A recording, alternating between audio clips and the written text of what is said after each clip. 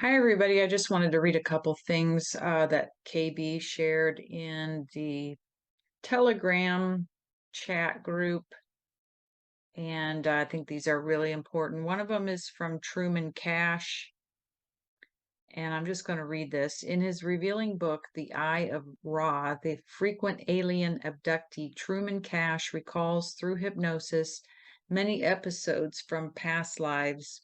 He writes, when one engages in extensive past life therapy, one will uncover many different types of implant stations.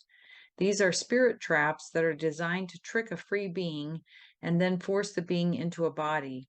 The common denominator of these experiences is electronics. There are many different types of high-tech electronic methods to accomplish this. It appears that electromagnetics plays a key role in this process. What I find amazing is that beings without bodies can be effectively controlled with electronics.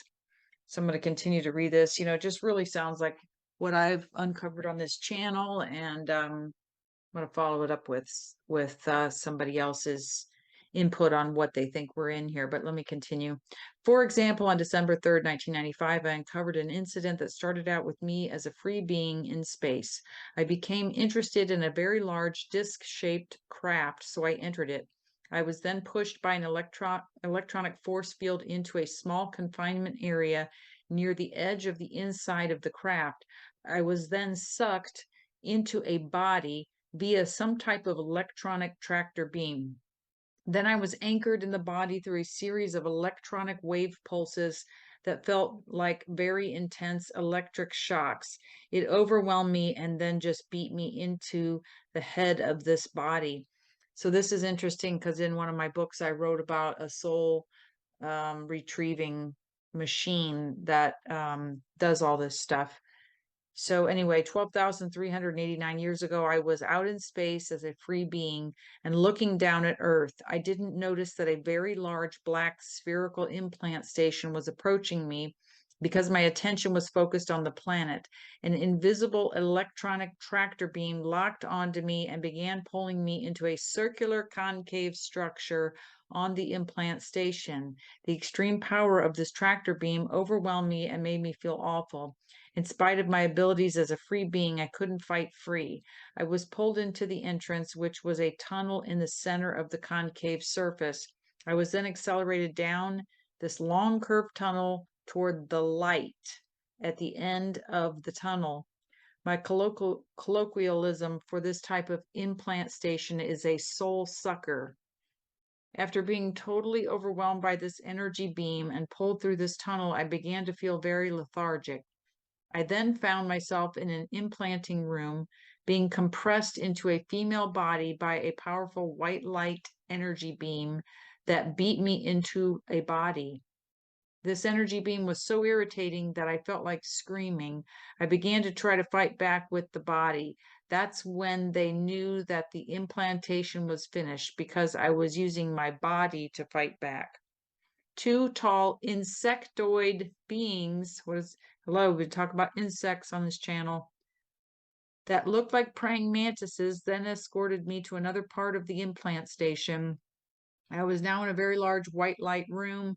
12,389 years ago, I was out in space as a free being and looking down at Earth. I didn't notice that a very large black spherical implant station was approaching me because my attention was focused on the planet. Okay, this is repeating. All right. Through telepathic hypnosis, I hear a very soothing hypnotic voice whispering in my head, sleep. Don't worry. We'll take care of you. Don't remember. You have no past. You will not need to remember your past. Be here now. No more thoughts of the past. Forget the past. Move forward into a new life. You will begin a new life in the light. Doesn't this sound like all the New Age books? There's even a New Age book that's called Be Here Now. After I was thoroughly inculcated in this white light amnesia room, two insectoids approached me and told me that I was ready to begin my new life. This involves an alien, a bug-like one, a praying mantis alien. I have the impression of a voice, possibly programming something flashed in my head. I'm just going on impressions. I saw that foggy light. I hear a voice say, go to the light, and I go to the light.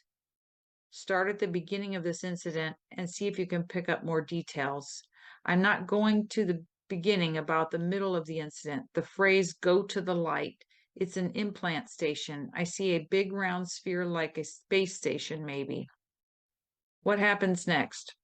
The insect guy. I think right before that, I'm in an area that feels like a round room, and there's this intense white, blinding light coming from the walls. The room that I was in was a sphere with the diameter of about 12 feet. The walls of the inside of the sphere were radiating this bright white light force field. There's a struggle to counteract the force of the light that's 360 degrees around me, that's forcing me into this body. I feel it in my body, not just my head, in my torso. They're not just compressing me into a head. Oh man, don't go to the light. Down by my feet is a cocoon-shaped capsule. The conveyor slides me into it, and the top is put on. I'm shut in this capsule and shot onto this planet. I think it's Earth. Return to the beginning of the incident. Okay, I'm going into a big, huge sphere space station. I'm going through a tunnel of light.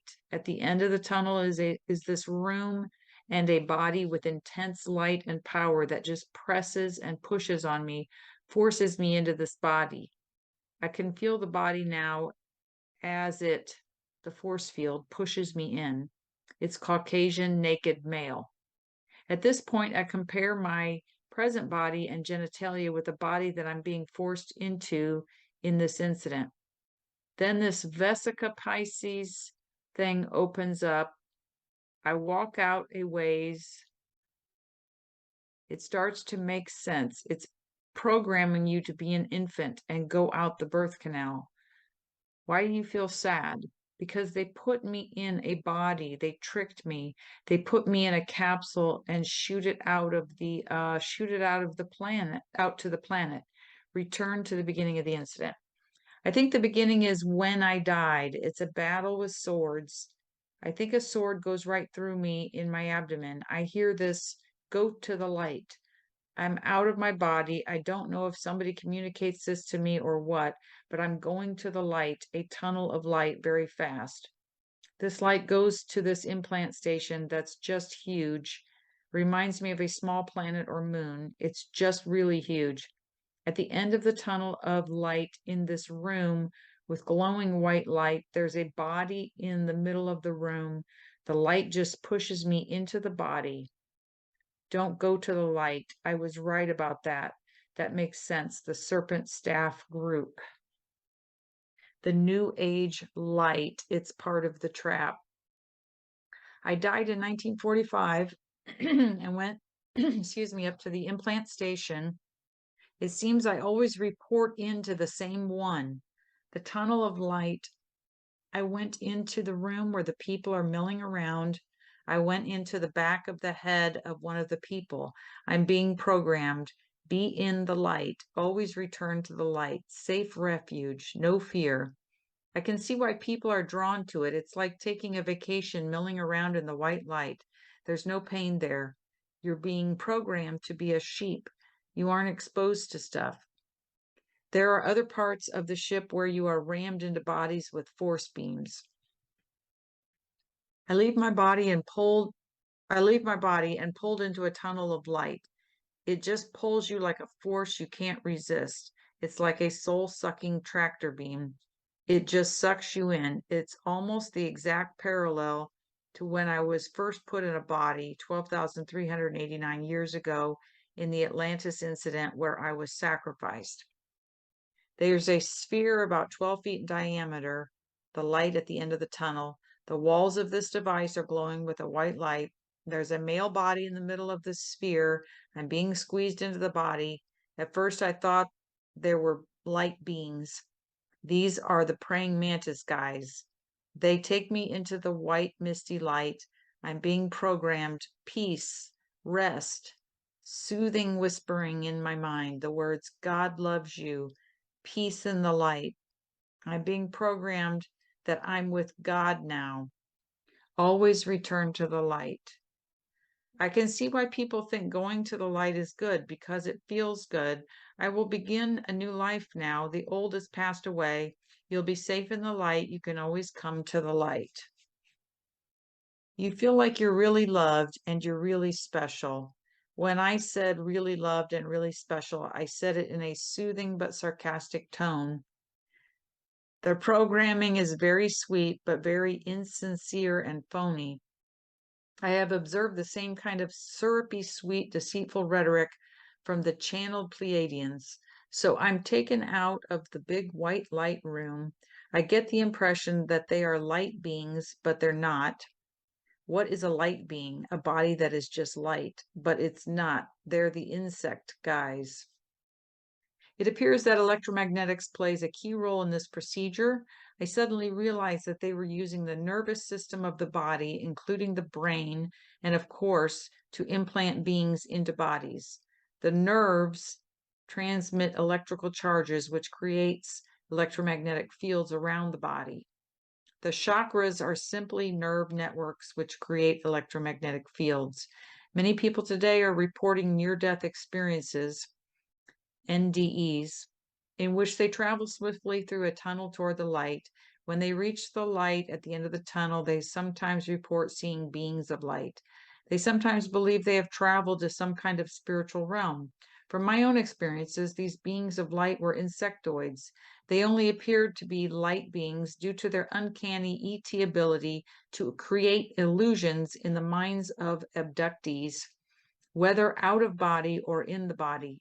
This ability, as I have mentioned before, can be best described as telepathic hypnosis. Bingo, I've said this, the soul is under a hypnosis. Other researchers use the term screen memories. Screen memories, the screens inside of screens, virtuals inside of virtuals. I've said when we awake here, we go back to our soul awake, wake it up out of the hypnosis and get out of here. This all makes sense. Okay. Greys also possess this incredible ability to manipulate people's minds and emotions, and they often use this ability to create an illusion of benevolence and love.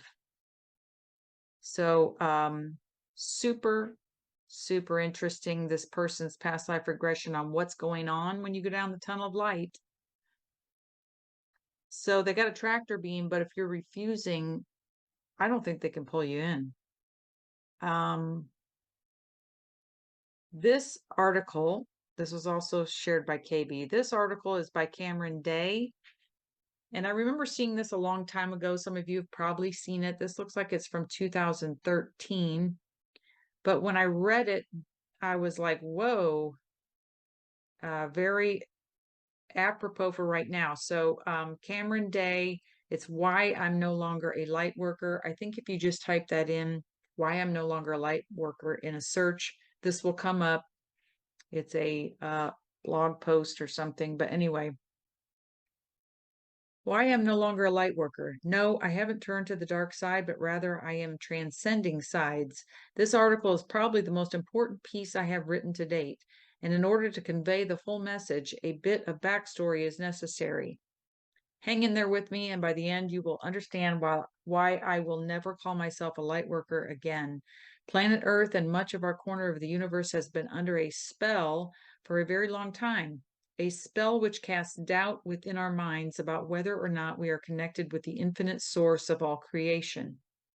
The spell causes us to feel alone, vulnerable, and isolated, cast out from the heavenly realms into a cruel dog-eat-dog world. This spell is pure fiction, a deception of the highest order, but it has taken hold deeply on this and other worlds. Intrinsic within this holographic spell and/or hypnosis is the notion that duality and polarity are natural aspects of life and that we must serve one side of duality or the other.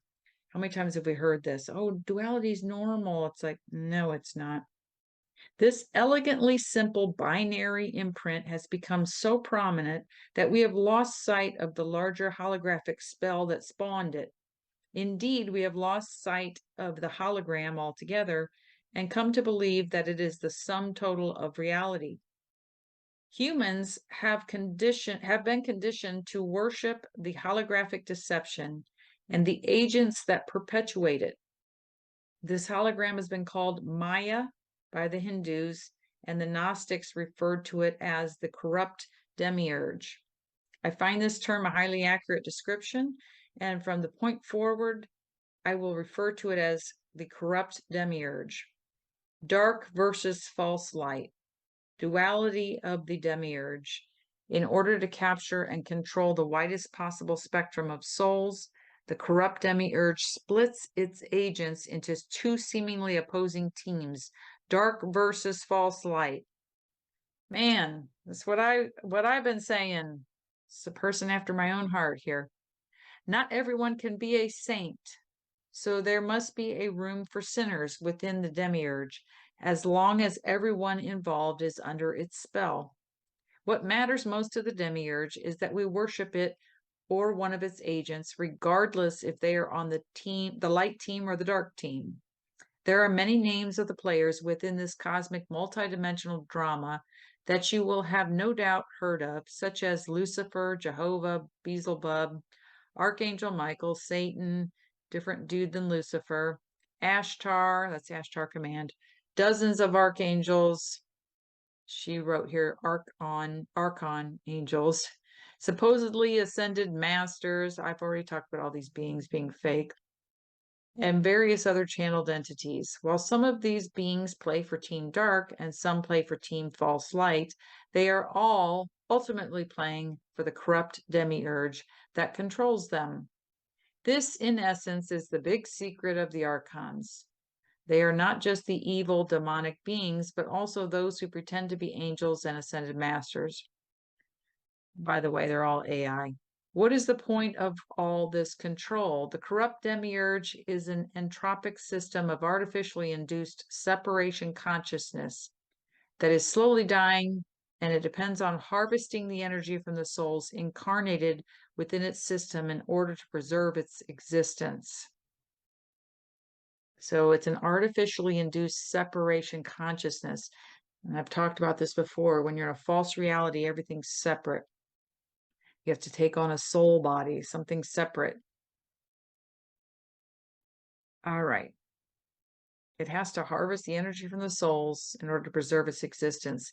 In order to harvest the largest amount of soul energy possible, it created the dark light duality paradigm, to ensure that every being incarnated on a world that is under its spell would serve as a soul battery to help keep the demiurge energized. The good souls would seek out the false light team, and the bad souls would seek out the dark team. But unknown to most of those souls, they are all serving the same system.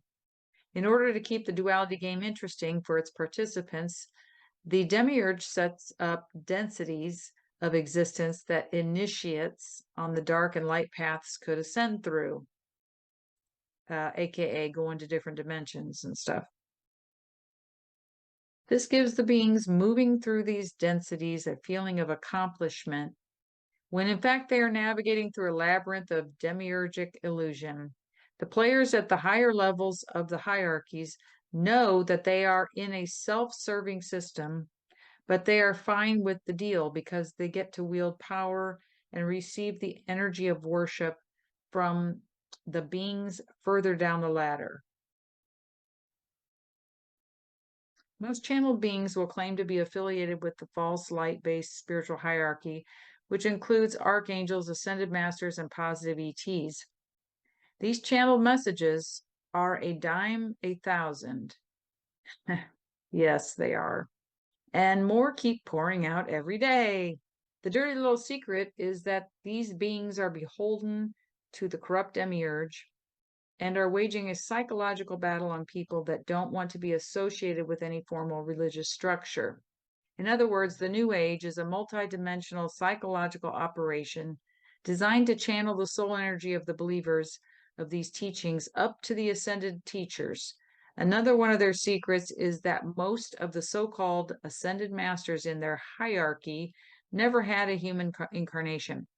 Whenever you have a hierarchy of separation and people above others, it's a fake reality. These are incredibly deceptive beings that are playing a game in order to garner the energy of worship.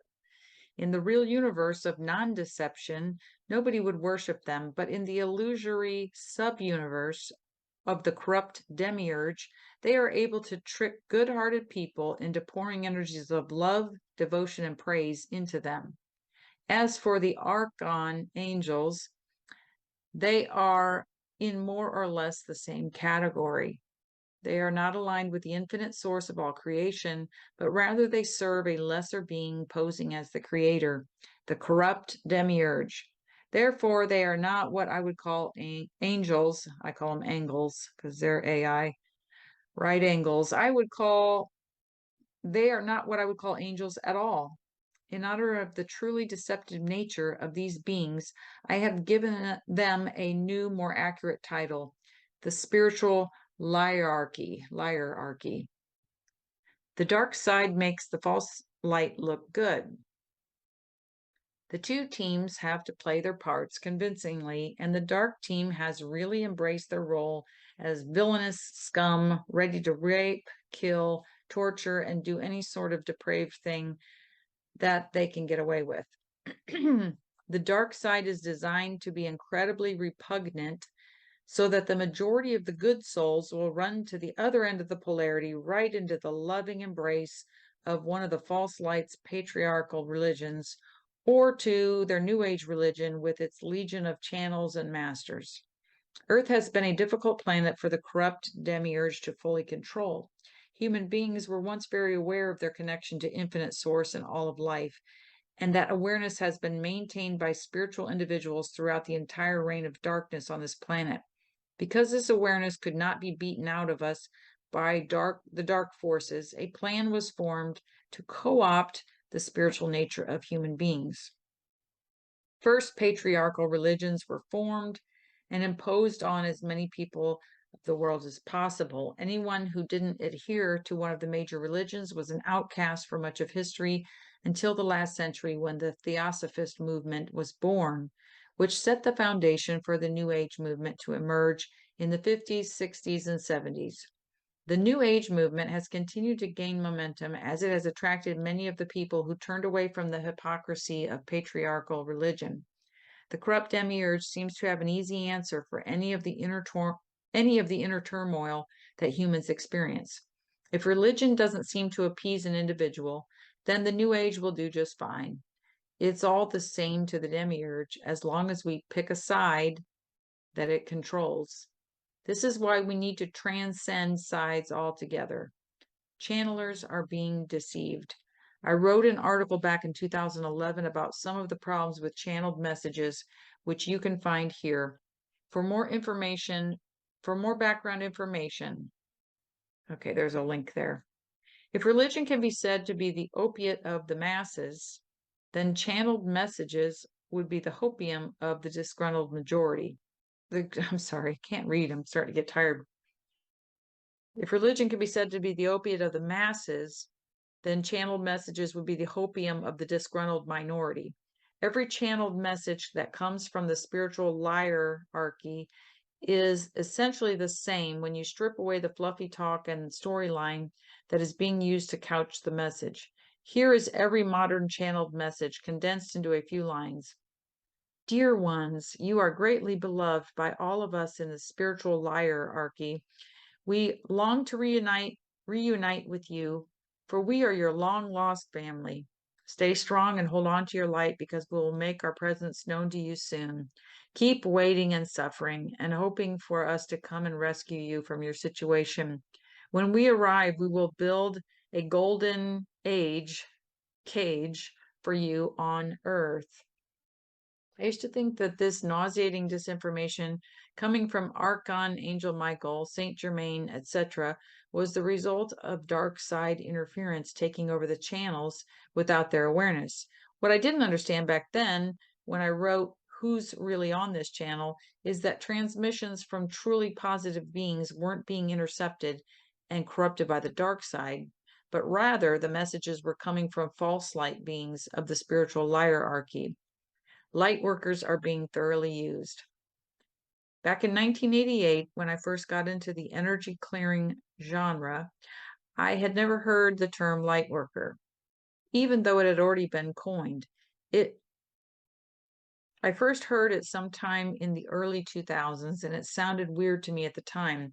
Now I understand why, because the light that the spiritual hierarchy is trying to get us to work for is the false light of the demiurgic duality.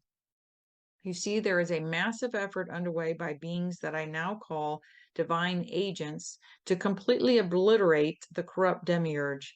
When that happens, all of the beings who have gained power through the demiurge will lose that stolen power and will have to face up to the deceptions that they have been propagating. None of them want that to happen, so in their cleverness, they devised a brilliant plan to undermine the entire effort. The plan was simple. Approach all incarnated divine agents, usually in a dream state, but sometimes during an ET abduction scenario, and tell them that in order to fulfill their mission, they need to work for the false light and take orders from the spiritual hierarchy. This plan worked amazingly well, largely because divine agents have had a hard time living on Earth. Societies here are badly warped. Spirituality is twisted and abused. The vibrational density is heavy. Our memories are mostly wiped, and we generally would rather not be here. So any being that emanated light, even false light, and love could make a divine agent feel like they were making valid contact with truly divine beings. I still remember my own recruitment by the false light that occurred when I was 6 years old in an extremely vivid dream time experience. They had me convinced that I was fulfilling my mission as a divine agent by working for them. I think they always knew I would figure them out, although it took a very, very long time. Ever wake up more tired than when you went to sleep? Many divine agents who were recruited as light workers report that they wake up more tired than when they went to bed, and their dreams were full of battles. During these dream missions, the spiritual hierarchy squeezes those they control of as much energy as they can. You may wake up with memories of having gone on missions to battle the dark, but the end result is that your body, mind, and soul are depleted of energy, which was harvested by the false light beings. A few months ago, I revoked all agreements made with any and all beings that did not have my best interests in mind, no matter who the beings were or claimed to be. It sounds like such a simple thing, but somehow I had overlooked it. During the process, I felt resistance from beings who were claiming to be positive, but I stood strong and told them that I refuse to be manipulated into giving energy to the demiurge. This has given me the distinct privilege of being targeted by both the dark team, ankle biters, and the false light team, spiritual hierarchy. The false light team does indeed engage in psychic warfare, just in different, more subtle ways than their dark brethren. Deflecting these attacks has been worth it because I know that I am more aligned with my true mission to put an end to the demiurge without being sidetracked into its duality battles.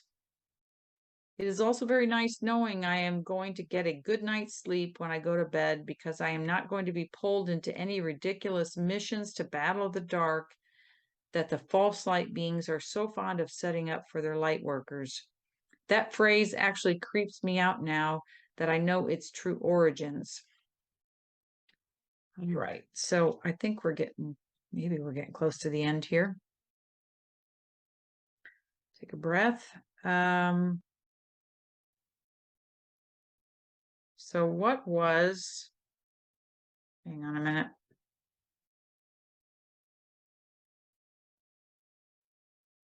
All right, what was that about a golden age cage?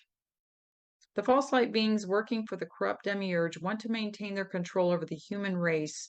Our soul energy and agreements to live in our current cage empowers the demiurge and the beings that serve it, and they are not going to give that energy up easily. We are at this very moment in a struggle for our freedom. The spiritual hierarchy wants to move us from our current extremely uncomfortable cage into a slightly more expansive state of existence, but one that they are firmly in control of. Okay, this is all stuff I've seen, this 5D crap. One metaphor to describe our current situation is that we are like a flock of chickens pent up inside a tiny, dark, smelly chicken coop. Those that have been farming us are preparing to let us out of the coop and into a larger fenced-in area where we will be able to feel a little more free, but still within their control. This is the farmer's way of ensuring that they can continue to feed off of our energies while making us feel that we are free, thanks to the kindness of our captors. The spiritual hierarchy does want us to grow on our own to a place of self-empowerment that will allow us to simply walk away from their entire control system. So they don't want us to just grow and get empowered where we could walk away. So they're going to make us a little happier, a little more free. I've talked about this. They bump you up into these other dimensions when you start to get a little bit beyond their control. They get you into a happy space again, and then you calm down. You're like, oh, I don't want to leave. This is great. This is why the channeled messages subtly disempower people. Bingo. I'm going to read that again. This is why the channeled messages subtly disempower people. This is why I pick out things like you're learning, you're in a school, we're all one, this kind of stuff. We're not all one. All right, this is why the channeled messages subtly disempower people while pretending to actually offer them an empowering solution. Boom. As long as we are sitting and waiting for the good guys to come and save us, we will not be able to discern who truly has our best interests at heart, nor will we be able to actually fix our own problems for ourselves. Solutions for the duality afflicted. All right, so basically we came here to take this down, and they're trying to make us forget and that we're weak. They disempower us, and we're waiting on somebody to take it. Oh, somebody will come help and take it down. No, it's us. We're here to do it. Get over the fear. So how does a person get out of this duality paradigm? The first step is to engage the self-clearing system protocols and revoke all agreements that you have made with any beings that don't have your best interests in mind. Next, revoke all agreements to see reality in polarized terms. Every time you revoke agreements, be sure to reclaim your energy that had gone into them. So that's very interesting because I've been talking with people about pulling all your energy back that you gave to something. So maybe we can do that while I'm reading this. Revoke all agreements you made with any beings that don't have your best interest in mind. And now, I revoke all agreements to see reality in polarized terms. I pull back all my energy that was given to any of these beings. Then affirm your commitment to transcend the control paradigms of the corrupt demiurge without being sidetracked by pointless polarity battles. I also recommend a brief daily practice of revoking all agreements to experience hardship, limitation, bad relationships, health problems, financial problems, family dysfunctions, and anything else in your life that is energy draining. The number and quantity of agreements that we have unconsciously taken on within this false reality matrix are truly astounding. When you pay attention to the subtle and blatant agreements that point to the invisible bars of your prison, you will indeed find that there is no shortage of agreements to be revoked. After you have engaged this process, you may notice less contact from the false light beings, and you might feel a little lonely until you get used to the changes. This is a very good time to strengthen your connection to your own higher self, the core of Earth and the galactic core. I'm not sure about all that, but with your own self for sure. As you adjust, you may notice better sleep and a sense that you can see through deceptions disguised with positivity more easily. If you do get contact from a being, you can tell it that you are only willing to communicate with beings who have transcended duality and are outside of the corrupt demiurge. Well, that's none of them that are in here. Put any being trying to contact you to the test. Question them point blank. Are you part of the demiurge? The beings of true divine light who exist outside of the demiurge in the real universe will happily answer your questions. So I do have to insert here that it's either gotten harder to access those beings or it's next to impossible sometimes, but not impossible. Just be aware that they don't speak in language the same way that we do, as they communicate with what I call soul telepathy. Type of communication is a major indicator. So what I've noticed when I talk to those beings outside of I call it the virtual universe, um, I have to really hold the focus. It takes a lot of energy, and then it's just a couple words get through, but they'll make a lot of sense, those words. And it's a totally different feeling from anything you channel in here. All right. The forces of true divine light that exist outside the corrupt demiurge are not bound by the left brain, right brain dynamics and dark light polarities that define the demiurgic subuniverse. This means that they do not sound like a voice in your head. Instead, they use soul telepathy to emanate feelings, archetypal expressions, and an extremely pure quality of light that speaks directly to your soul. The difference between, now you can take that symbolism or expression or whatever they're trying to send, and you can, if you're really used to channeling, you can turn that into like I said, you only get a couple words out of it. The difference between a being of true divine light and one of the false light spiritual hierarchy beings is that the former's light is warm, enveloping, pure, and unconditionally loving, whereas the latter's light is cool, piercing in an uncomfortable way, dominant, and often overly masculine. The spiritual hierarchy is a male dominated group, and even the females within their power structure have a very masculine energy. This male domination is, of course, why the religious structures the hierarchy enabled all have a domineering male god and no mention of an all-encompassing feminine creator. Another major difference between false light beings within the demiurge and beings of true divine light who are aligned with infinite source is that the divine light is not controlling, manipulative, bossy, or judgmental in any way. Infinite source will not impose an agenda upon you, although it will support you in your chosen mission to help dismantle the corrupt demiurge. So that's really important right there. Infinite Source will not impose an agenda upon you, although it will support you in your chosen mission to help dismantle the corrupt demiurge.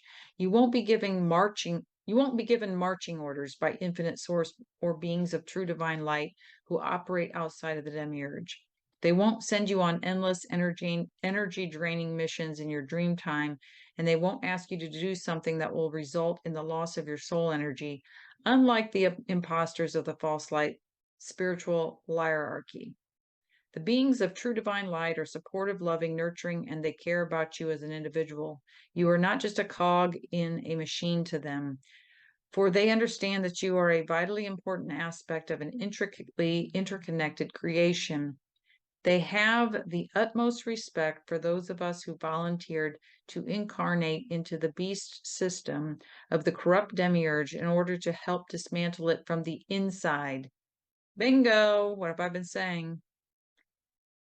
Indeed, there must be divine agents working from both within and outside of the corrupt demiurge in order to dismantle it. I have seen that as well. I've talked about that. It was quite a while ago, but I talked about it.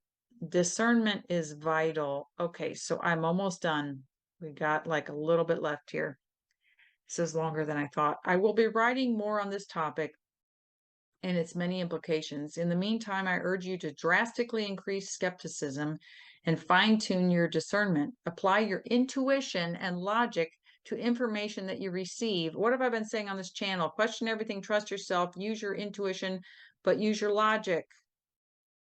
Apply your intuition and logic to information that you receive and ask yourself, what is the agenda here? There's indeed a very large multidimensional conspiracy at work on this planet, and it draws power from us by pushing us into one spectrum of polarity or another. Anyone urging you to choose a side simply hasn't woken up to the fact that both sides are two halves of the same coin that is controlled by the corrupt demiurge. I urge you to discuss these ideas with those close to you and look for ways that you may have been manipulated by the false light in the past. It's nothing to be ashamed of. The false light beings are amazingly skilled liars and manipulators. Most of you reading this have already chosen to be a divine agent and incarnate for the purpose of dismantling the demiurgic control system. You have already made your choice, and now you need to carry out your individual mission. In order to do that, it is vitally important to sever all ties with the false light spiritual hierarchy. Take some time to regain energy and strength if necessary, and ask your divine inner self to reveal to you what it is that you specifically need to do. Stand strong in the true light of your divine inner self and infinite source. Much love, Cameron Day. That pretty much sums it up, other than the fact that the demiurge sub-universe is a matrix, false reality. Matrix is inside of false universes, but they're all AI. It's all tricks and games and magic and smoke and mirrors and literally mirrors, illusions and devices and using magnetics and all this stuff. It's just a big joke. So let's take this thing down. I probably won't be on here for a while, although I do have an interview to do. So we'll see what happens. But everybody, go into yourselves, trust yourselves, start refusing this timeline that they're trying to unroll on us this coming fall. Right now it's the end of August, so September, October, and going into 2023, we got to be refusing this. If you know how to do work, go in and do the astral work, shut this down.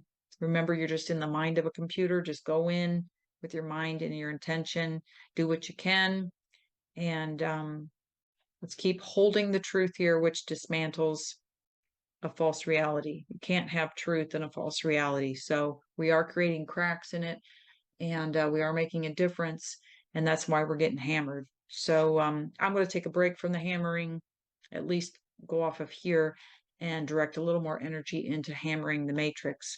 All right, everybody, much love.